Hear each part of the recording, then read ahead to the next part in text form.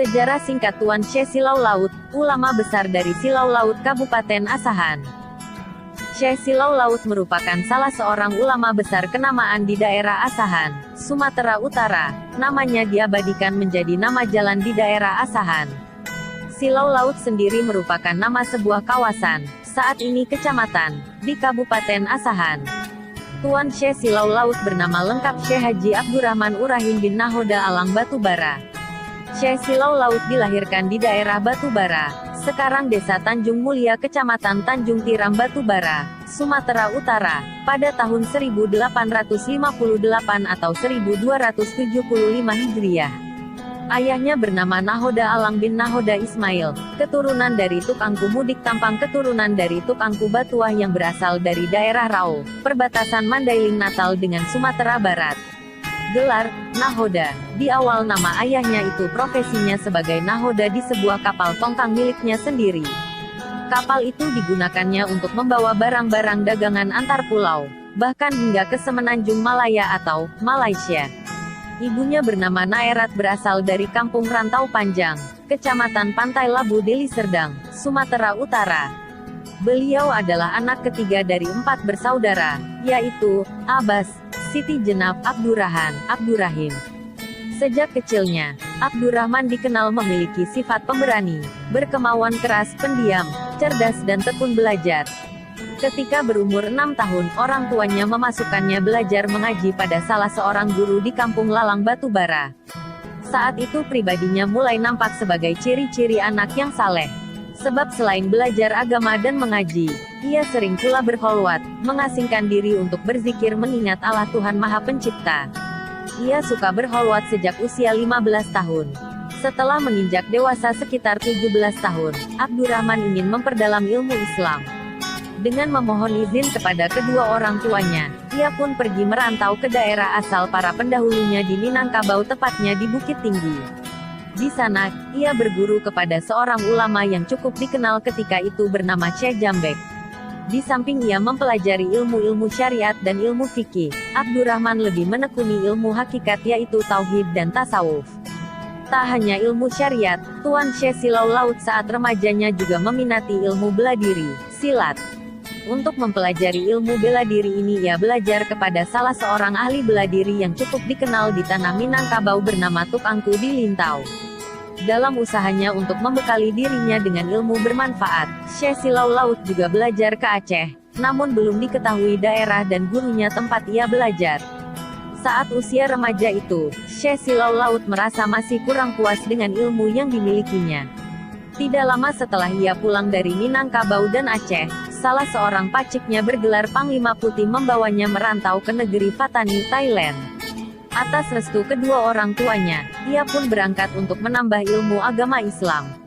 Di dalam pelayarannya, Abdurrahman muda Syekh Silau Laut menunjukkan kemahirannya dalam ilmu silat kepada para penumpang kapal. Ia tidak mengetahui kalau di antara mereka ada rombongan Sultan Kedah yang akan pulang ke negerinya. Di negeri Fatani, Abdurrahman muda belajar kepada salah seorang ulama yang cukup dikenal. Ula ini bernama Syekh Wan Mustafa dan anaknya bernama Syekh Daud Fatani. Selama berada di sana, Abdurrahman lebih banyak belajar ilmu tauhid, ilmu tasawuf dan ilmu hikmah, ketabiban. Di samping belajar, ia ditugaskan gurunya pula untuk mengajar. Ketika berada di Fatani, ia didatangi utusan dari Kedah dengan maksud mengundangnya datang ke negeri Kedah. Alasannya, Sultan Kedah ingin melihat kemahirannya dalam ilmu silat di hadapan hulu balang, prajurit dan rakyat negeri Kedah. Abdurrahman muda pun memenuhi undangan itu dengan terlebih dahulu memohon restu dari gurunya. Sesampainya di negeri Kedah, sesudah beberapa hari lamanya diadakanlah acara perang tanding untuk memilih kepala hulu balang Kesultanan Kedah. Abdurrahman yang sengaja diundang untuk perang tanding tersebut, berhadapan dengan Panglima Elang Panas yang berasal dari Siam. Dengan kuasa dan izin Allah, Abdurrahman muda menang dalam perang tanding tersebut. Lalu, Sultan Kedah pun menawarkannya untuk menjadi kepala hulu balang Kesultanan Kedah. Abdurrahman menerima tawaran itu, kemudian ia dinobatkan dan menjabat selama 7 tahun berturut-turut. Menurut riwayat, beliau menerima gaji Rp60 setiap bulannya. Dalam perantauannya di Fatani dan Kedah, beliau sempat pula belajar di Kelantan.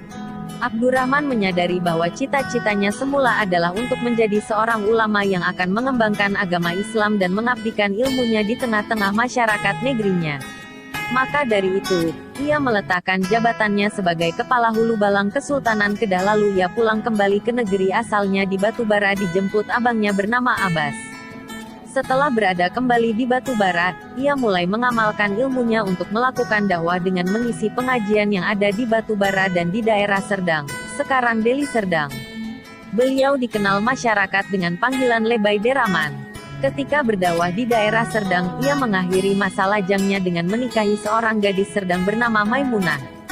Sewaktu berada di Serdang beliau mengatasnamakan alamatnya melalui kemenakannya Mufti Ahmad Serdang. Dan waktu senggangnya diisinya dengan berkholwat di seberang Sungai Serdang, sekarang Sungai Ular. Pada masa Abdurrahman berdakwah dan menghidupkan pengajian di Batubara dan Serdang, sebagian besar muridnya saat itu adalah nelayan. Para muridnya ini melaporkan bahwa mereka sering diganggu oleh bajak laut yang bermukim di Pulau Jemur sehingga mereka tidak aman mencari nafkah di Selat Melaka. Mendengar laporan muridnya, Abdurrahman dan seorang kerabatnya bernama HM Zain berangkat membasmi para bajak laut tersebut dari Pantai Cermin, Serdang Bedagai. Tuan Syekh Silau Laut selain berguru kepada Tuan Baki dari Langkat, Kedah, Kelantan, dan Fatani, beliau juga menuntut ilmu ke Makkah selama 7 tahun. Di Makkah berguru kepada Syekh Daud Fatani, seorang ulama tarikat Syatariyah.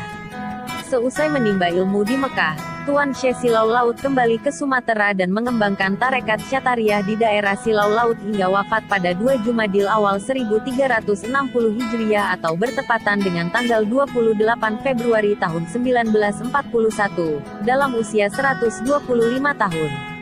Tuan Syekh Silau Laut dimakamkan di Desa Silau Lama Kecamatan Silau Laut. Di dekat makamnya terdapat makam sang istri bernama Hajah Maryam dan 2 anaknya yaitu Syekh Muhammad Ali dan Haji Abdul Latif. Semasa hidupnya beliau adalah tokoh yang tidak hanya dihormati anggota jamaah Syatariyah, namun para bangsawan Serdang maupun Asahan memberi perlakuan khusus terhadapnya.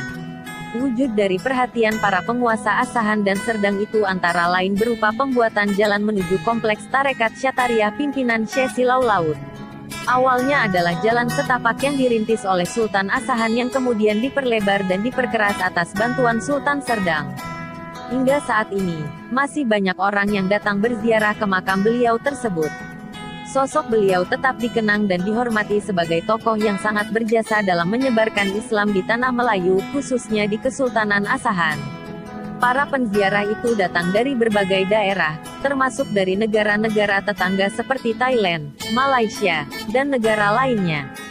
Semoga Allah Subhanahu wa Ta'ala membalas segala amal ibadah dan jasa beliau dengan pahala yang tak terhingga. Amin.